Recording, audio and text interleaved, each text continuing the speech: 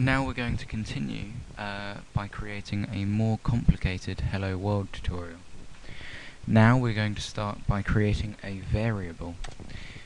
To create a variable, you define it by writing dim, the name of the variable, which in this case we'll call name, and then the variable type, which is a string, because it's a string of characters. Now we need to set the name to something.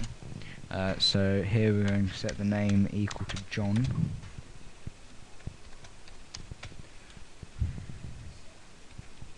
And then we'll get it to say hello John instead of hello world. Get rid of hello again. To do that, we end the quotations after a space after hello. And then we write an ampersand followed by name without quotations, because the quotations mean that you want to take the text rather than the content of the variable which is called that. So if we run the code, I think things will become clearer. So if we run the code, you can see it says hello John, whereas the in between the brackets of WriteLine we've got hello and name. Now we can make this even more complicated by getting the user to enter the name before we start. So if we can write console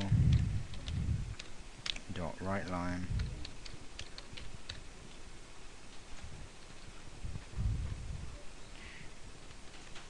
what is your name?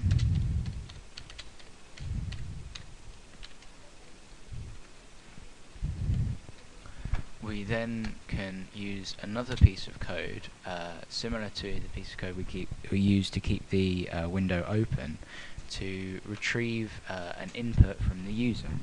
Here we're going to use console.readLine and then the blue line there meant that there was an error, but there's no longer an error. So if we run this code, the console first says what is your name, and if we type in Carl, then it says hello Carl, and then waits for another thing before it closes. This concludes the lesson.